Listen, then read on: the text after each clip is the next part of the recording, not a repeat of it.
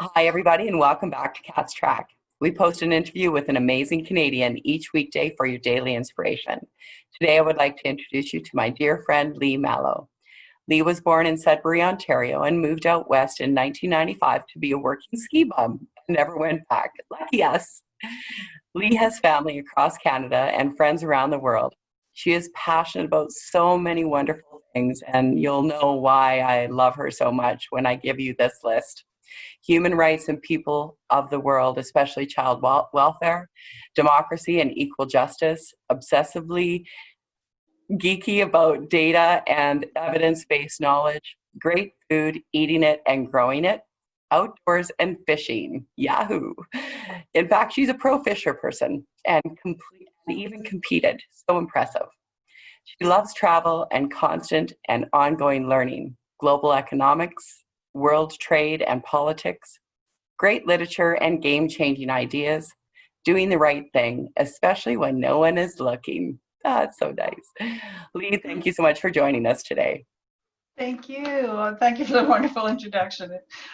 It sounds fun. I think you do have fun from what I can see. It's awesome. Yeah, absolutely. May we start with the questions that I sent you this week? Yeah, indeed. Nice. So the toughest one, of course, is what's been the greatest challenge over the last few months for you? Yeah, it's a good question, and I thought, I did give it some thought, and I wanted to dig a little bit deeper, and make sure that I, provided a bit of a thorough question. And I think, at a certain age, we find out in life that even though we want to answer on a professional level, it just, you can't possibly separate what goes on in your professional life from your personal life. So everything is so intertwined. So my answer today is also intertwined, with both of those big pieces, and so I would say in the last 12 months, some of the biggest challenges have certainly been, and my closest friends, like, about this, but probably the loss of my mother, followed closely a few weeks later by the loss of one of my closest and dearest and sweetest and most brilliant friends. And, certainly she's well known, Laurie Stewart, who sadly passed away last August. And I would say, over the last 12 months, that was definitely a couple of the biggest, most difficult things that I've experienced. And it's always hard. And,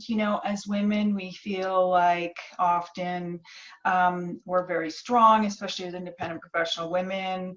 And then something like that happens, and you go, okay, this is where I really need my friends. And friends like you, Catherine, were there and made a huge difference through that process, which I'll be eternally grateful for. And then, coupling that with the fact that I run my own company, and I had a huge professional contract that I was doing in Edmonton, and going back and forth on that highway every single week and trying to balance all of those things with, home life and best friend dealing with cancer here, and then all of that professional focus, and got to a point where I had to make a choice between, those two. And it's no contest, for me, the most important thing, and this is a luxury, the most important thing is to have the luxury to focus on the people that I love in my life, which is number one, and who know me and love me anyway, which I am always grateful for. So that was a big choice, and the difficult choice last year was to do that and focus on those things that were important, and at the same time, celebrate life and continue to find work. And so it was a bit of a trial. And then by the end of the year, we started to get stable again and did a little bit of traveling. Thank God we did it then. And then professionally, I had some great projects that I dove right back into, which, again, was a wonderful opportunity. And then COVID, of course, which has impacted every corner of the planet, and certainly has had tremendous impact on people's lives individually and collectively, and as nations, and as as human beings. So it's been interesting to go from one of those, major personal crisis into an international crisis, and continuing to stay focused on the fact that we are so privileged here to be able to have the luxury of,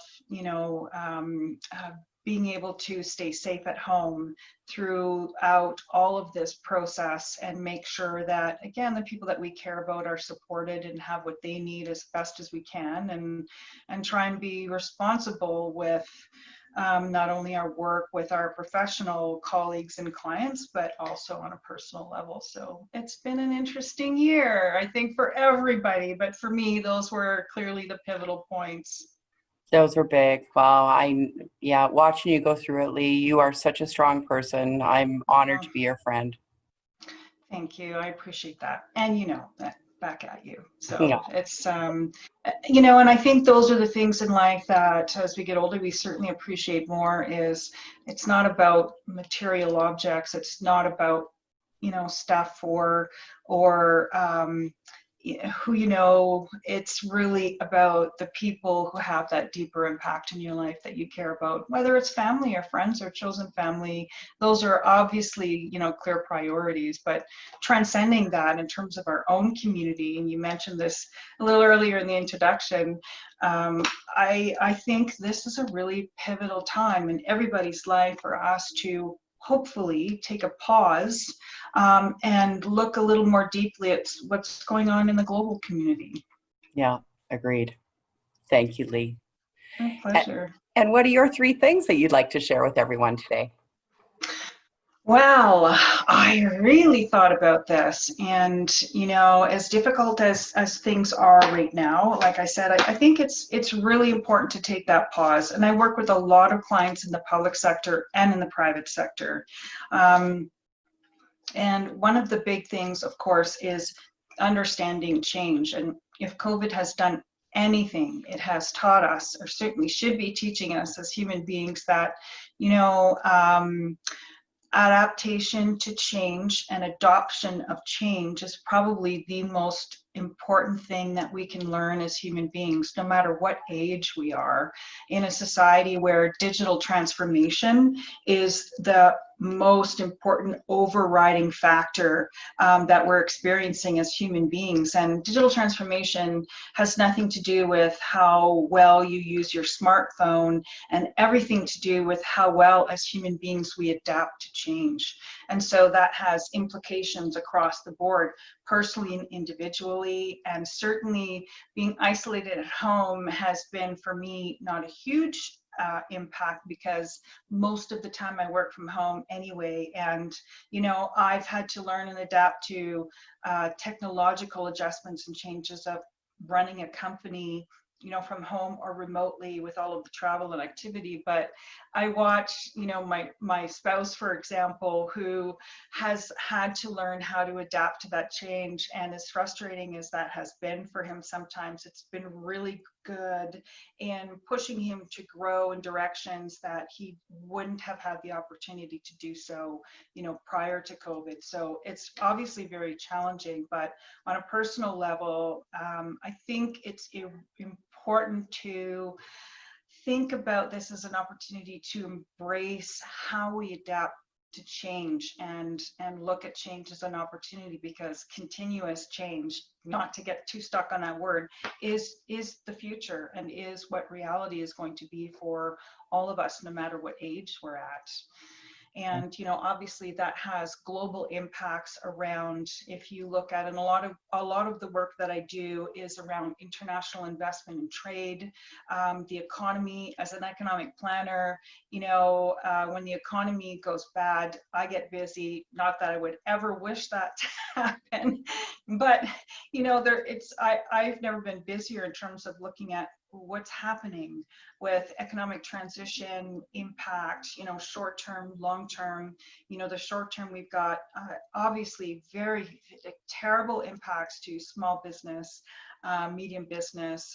And then when you look at, larger business, global supply chains have been completely disrupted, and those trends were already taking place. And so I think this is important for the average person, citizen, consumer to understand. So this would be my second big takeaway is understanding how our global supply chain networks work. We take a lot of this stuff for granted, where our food comes from. There's that joke about your chicken doesn't come from the grocery store, it comes from a farmer. And so how does it get through that supply chain to your plate? I think COVID has taught us a little bit more about the depth and even the fragility of some of those supply chains, both on the demand side and on the supply side. And, before COVID, the supply side was changing. And when I say supply side, that just means, so we obviously access a lot of our goods from China, for example. And so that was immediately impacted with trade, not just trade disruption, conflict between what's happening in terms of global superpowers and disruption to that. And if I talk about politics, I promise I'm not making any political statements. I just look at pragmatically from that disruption perspective. But global trade supply was then exacerbated by COVID. And so what was happening prior to that was companies were already starting to get nervous and anxious about being able to de-risk their supply chain, where they're getting, from A to Z. Where do they get every single widget and service and plastic or metal piece or agricultural input in order to actually produce and deliver a product? And we live in such a global environment that one piece comes from Taiwan, and one piece comes from China, and one piece comes from Mexico, and one piece comes from Brazil, and and so particularly in North America, the European Union, the South American trade zones, a lot of corporations are looking at how do we make sure that we have security of supply, that global trade disruptions, or Lord forbid, a pandemic start to impact what's happening. So then voila, the pandemic hit. And then on the demand side, things started to change. Suddenly, there was this enormous, overwhelming, absolutely urgent demand for PPE and toilet paper. So who could have predicted that one? And if you tried to get flour or yeast, in April or May, it just wasn't going to happen. So if you had a lot of friends with a good pantry, those were your saving graces. Like you, like right? Me, no trading flour. Exactly. Who's got yeast today?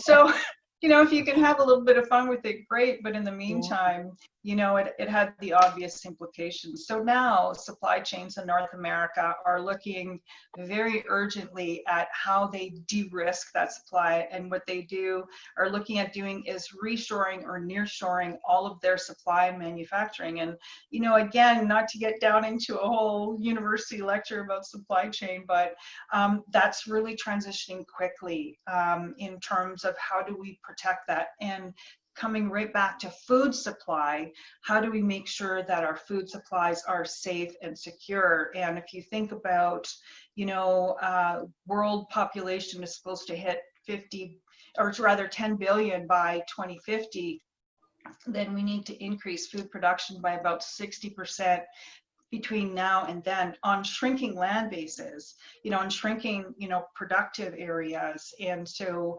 technology and innovation is going to be the only answer, and looking at there's no way we're going to produce enough animal protein, for example. So now you see a lot of the rush to produce alternative proteins and vegetable proteins. And part of that is, capitalistic economic business opportunity, but part of that is also altruistically coming back to that global, we live in a global environment, understanding that at some point we're going to have to make sure that the entire world has enough food. Otherwise we'll continue to get dragged into or participating in conflict, whether we're protecting or whatever it is that we're doing. So I think it's going to be really important for us as human beings and individuals to better understand, and this is my data geek talking, evidence-based information around, where all of our things come from,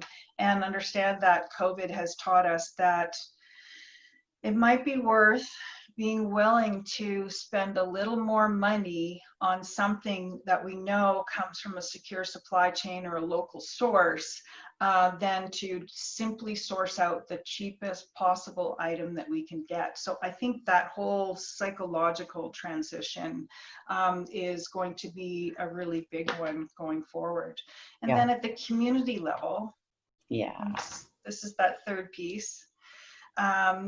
Really understanding the implications to communities and community development. And this is where I think it gets exciting, and this is what I love about what I I know do. you do. Yeah, I get to work with these amazing community leaders and clients all over the world, in North America and Canada, and organizations looking at, how do we secure continental trade?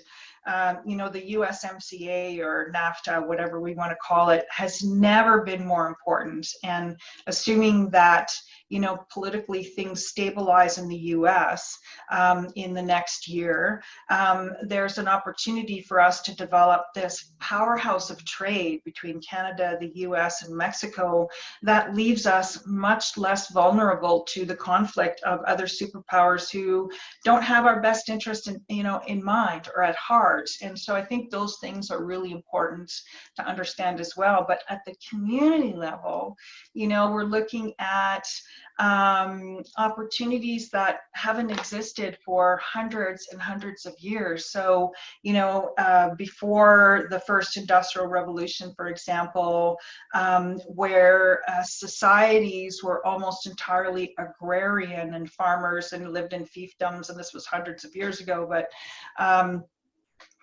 they survived by growing their own food and supplying and supporting each other. And then industrialization occurred, particularly in Western Europe in the beginning. And so for the last hundreds of years, we've had urbanization and people moving into cities. And up until that was a pretty rapid transition when you think about it from the big perspective in terms of the millions of years of existence. And only in the last couple hundred years we've made all of these transitions. And so up until about 15 years ago, that urbanization had been accelerating, and then it started to slow for all the obvious reasons, right? Cities and megacities were getting so congested and unaffordable and unlivable, and crime was going up, and affordability were major issues, and access to amenities and transportation and logistics systems. And so we got to the point where a lot of megacities in the world, including Vancouver, where I was CEO, as you know, for years, had become unaffordable for average citizens. And so these were things that became the modern urgent issues of the day for cities that were growing. And so the transition, however, that's taking place now is fascinating, because it was always about smaller cities and regions competing with these major urban centers for investment and people, and growth, and everybody's focused on grow, and how do we make sure we've got positive growth, which I know we can argue in a whole different conversation of whether or not that's valid or not. But the point is that for the first time since the initial era of industrialization, we're starting to look at, we have evidence for the first time of deurbanization, where a couple of years ago, for the first time, we've seen more people leaving, megacities than moving into megacities. And the big catalyst there, of course, is technology. And technology has become the great equalizer, and understanding the impacts and implications to that as a community, I think, is really important, because now what we call tier 2 and tier 3 cities and regions, for the first time in hundreds of years, have an opportunity to develop stronger growth plans that start to attract people who make different choices around livability. And where 10 years ago, talent and employees chase companies, Now it's completely reversed, where companies are chasing talent, and talent is making different decisions, than it ever did because of the access to technology. So it's really fascinating now, and it's going to be the communities and regions that are going to be successful in the next 20, 30 years in terms of managing growth in their cities or communities are going to be those with community leaders who really and truly understand that deeply and how to manage the opportunities and the impacts associated with that. I agree. I think it's going to be super exciting because I love rapid change like this, although it's been Yeah. difficult to go through. I'm loving the fact that talent is going to decide. Yes, exactly. People, Yeah, human beings are yeah, making choices based on their own, yeah. opportunities and destinies, and it's pretty exciting. Well, and I know you feel the same way. When people are aligned with their passion and purpose, they are unstoppable. And that Yes. gets I get stoked. I know, me too. It's great. I love seeing it. And I love being able to be one of those people at the heart of it, Yeah. pushing that change and guiding the direction and saying, be brave, be bold, go for it. Yes. It's pretty fun. I love it. Well, your clients are very fortunate to have you, my dear friend. Oh, thank you. Yep. Awesome. Thank you. I'm very lucky. I've got great clients who are very Yeah. daring. Yeah, you're constantly singing their praises. It's wonderful. So Yeah, nice. very And lucky. and your good news or legacy story, or what's next? I guess it's whatever it is that you decide for your last piece. This is a tough one because, everything is wrapped up in this whole conversation that we just had about, driving change. And so I think for me is